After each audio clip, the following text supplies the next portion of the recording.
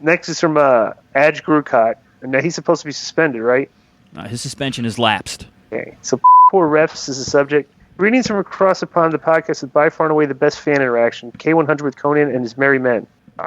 I thought it best I email in earlier than normal, as I'll be pissed out my tree watching the Three Lions smash Ukraine in the Euros quarterfinal. Later, and it won't be anywhere near sober enough to type. Well, it was true, so I guess they did smash them. And you got to also, man, to Billy Body and all his countrymen, they broke a huge psychological barrier. They were able to beat Germany after like 50 years. That it seemed to have like energized them. You know what I'm saying? My question is regarding the horrific referees in AEW. Do you think that their complete inability to even perform the basic elements of refereeing, as highlighted by Billy Ray, in turn manifests itself in spotting injuries to wrestlers? The magnificent AEW Botches account has shown countless videos where matches continue and wrestlers are either injured or even unconscious. You referees just stand there like morons, failing to even notice what's going on. Their lack of professionalism compromises wrestler safety just as much as idiotic high spots. Thank you for the fantastic content as ever. Keep up the great work, JoJo, and here's to the mighty England winning the Euros, beating those cheating eye ties. That's racist. In the final at the home of football. It's definitely coming home. Adge Telford hoping to avoid another suspension. I might suspend him for racist comments towards Italians, but we'll keep him in for another week. Okay, so he makes a good point. Coney, you don't follow the AEW Botches account, do you? No. They're actually pretty. They show all the botches. There's tons of them. But they show referee botches. But I talked about this when we did the review of the show on Friday, this weekend. So, did you watch the Rebel match with Vicky and stuff? No. How was that? It was not good. Right. Okay. Now, this is what I thought. I just want to say and tell me how far off I am. Mm-hmm. Vicky was never a wrestler. Mm-hmm. And so she's not trained. She should not have been out there. She probably looked bad, I'm assuming. And Rebel, who, she was an Impact when I was there, that wasn't like she was more like sex appeal than a wrestler. You know what I'm saying? So you kind of had two women that don't really know. Who were they wrestling? Nyla and Britt and Rebel against Nyla, Rose, and Vicky. Yeah. Right. And another thing, Vicky was in the ring a handful of times at WWE, but that was like years ago. So she's older now, too. Yeah. This was not good. Okay. Bro, she's my age. Yeah. And this shows you when you have like people like Vicky doesn't wrestle. Right. Okay. And never wrestled and was never trained. You have all these You have all these girls that are from the Indies, and you have referees from the Indies. So Rebel went to make a save, okay, and she blew her knee out when she made the save. Dislocated kneecap. And it's kind of like they couldn't, from the truck to everything, they couldn't figure out how to shoot this without it not looking like a complete cluster. Right. Okay, so Rebel is like still in the ring where half her body is in the ring and half her body's out. They kind of just try to pull her over. They're shooting it where she's obviously just there. And the referee's standing by doing absolutely nothing to gain control of it. The doctor, right? And don't forget the doctor. And they decide to the doctor's doing nothing. The doctor's not even noticing. I mean, the girl's obviously visibly hurt because she's not getting out of her position. She's just laying there. Right? Remember like when the guy got concussed, he just laid there? Right. She's doing similar, okay? Right.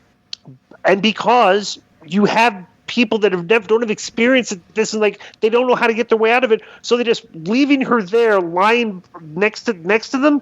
They just go through with the finish, right? Without figuring, right? I mean, it just looked like a botched mess. Like the girl got hurt and they tried to get out of it, and it just looked bad. Like it was a very bad segment, Right. Well, here's one of the problems, and I don't know I haven't seen this aid. I'm actually looking for it right now, but. One of the problems that we have with so many referees not knowing what they're doing is just like, and we've mentioned this before, anybody can be a promoter now, anybody can be a wrestler, a commentator, and a referee. And promoters usually try to cut corners by, paying the referees a little bit of money, and a lot of them don't even know what the they're doing. You know what I'm saying? So a lot isn't even the referee's fault, but the promoter for not getting the, better refs. Right.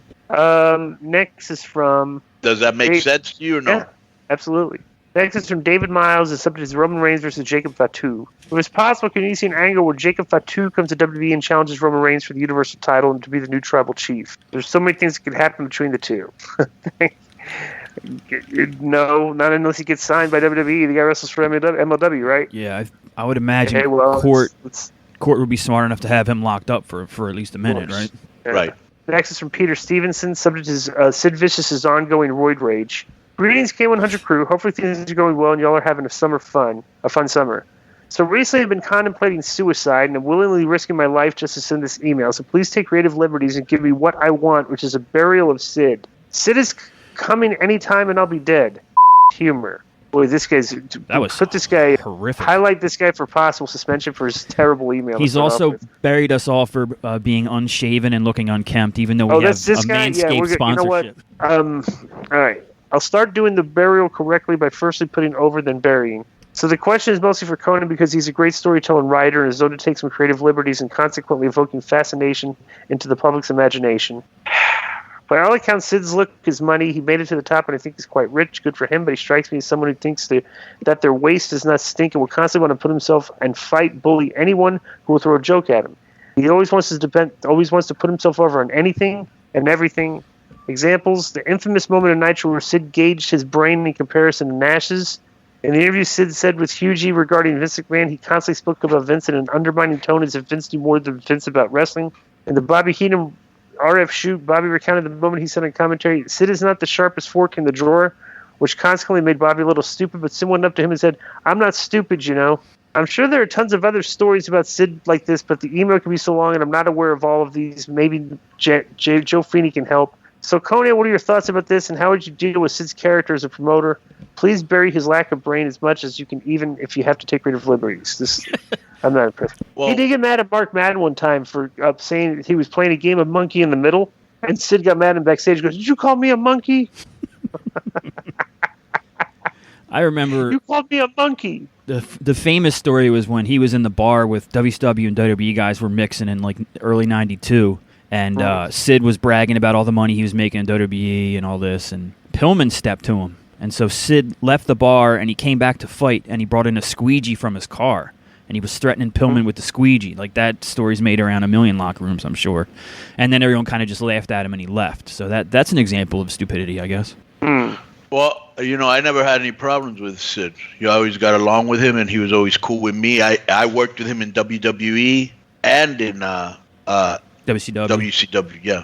You know what was funny about him? Like, the ECW fans were all known as, like, smart mark types, work rate, whatever. You'd think if a guy like Sid came in, they'd probably boo him out. Sid was so over in ECW. As soon as he showed up, those fans took to him big time. And all he did was come out and do what Sid did. Chokeslam, powerbomb through a table. Do you want me to do it one more time? Like that. And he was crazy over during that short time. So the ECW fans were exposed when Sid showed up.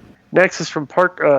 Bro, I'm watching this, what you guys told me about the Rebel match. Yeah. Nyla Rose had to actually drag her to the corner, okay? Yeah. Vicky never noticed she was hurt. The girl's still in the apron, and Nyla's still, they're just leaving her legs there. Right. So I said the ref isn't doing nothing. The ref is standing there watching everything, with no clue what to do, because he hasn't got any instructions from the gorilla. And the doctor's the doctor over in the corner's doing nothing. Yeah, he's looking up recipes or something. Yeah, her legs are still in the ring and the match is over. Right. And they're shooting this like you can. But the funny thing is that they're shooting all this. Yeah. Like you can clearly see this was a screw up. Right. Instead of like trying to shoot the cameras out, not shoot her. Could have shot it where her legs went in the ring. Yeah. Or just not shot her. You could have done a handheld by the ring where you're shooting it over. You're not seeing her. You know. Disco Is stepped away. he even here? Yeah, he stepped away for a minute. Oh, I can't see him no more. You made him leave. Can you see him now? No. It's just his pillow or whatever. Wait 1 second. Yeah, I'm gonna step away too.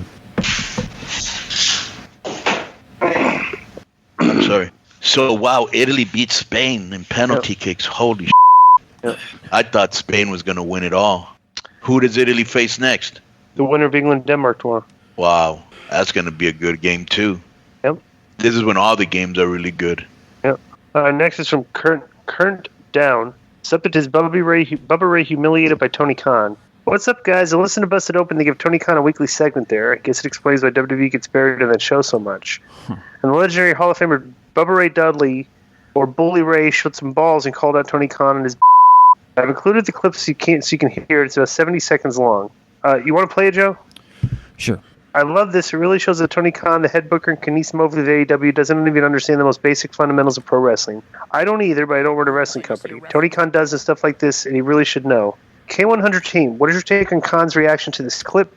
I love it. It says he has more important things to talk about, and when someone points out that Richie Rich is doing something wrong, no, Tony, you don't. Your geek-ass show is terrible. Every segment is stupid. You got no big matches left. AEW has peaked. Wow. So whatever. Like, okay. This guy's very angry. This guy hates AEW. The Skype. So if you're having like a Young Bucks match who seem very lax when it comes to paying attention to the rules, or you see a referee like Rick Knotts not counting stuff, that double teams that are going on, or people out on the floor, don't you think that takes away from the psychology of the matches? Or maybe a better idea is to just announce the tag match as a tornado match from the beginning, so we know as fans that the rules don't necessarily apply to this match? Well, we've done tornado tags, and I've done a good number of tornado tags. I really don't think like enforcing the 10 count is the first thing people are coming to mind when we're seeing like an exciting Young Bucks match. But it's something to take into consideration for sure. I got to say that like Young Bucks versus Eddie Kingston and John Moxley, I had never heard one person complain about the 10 count.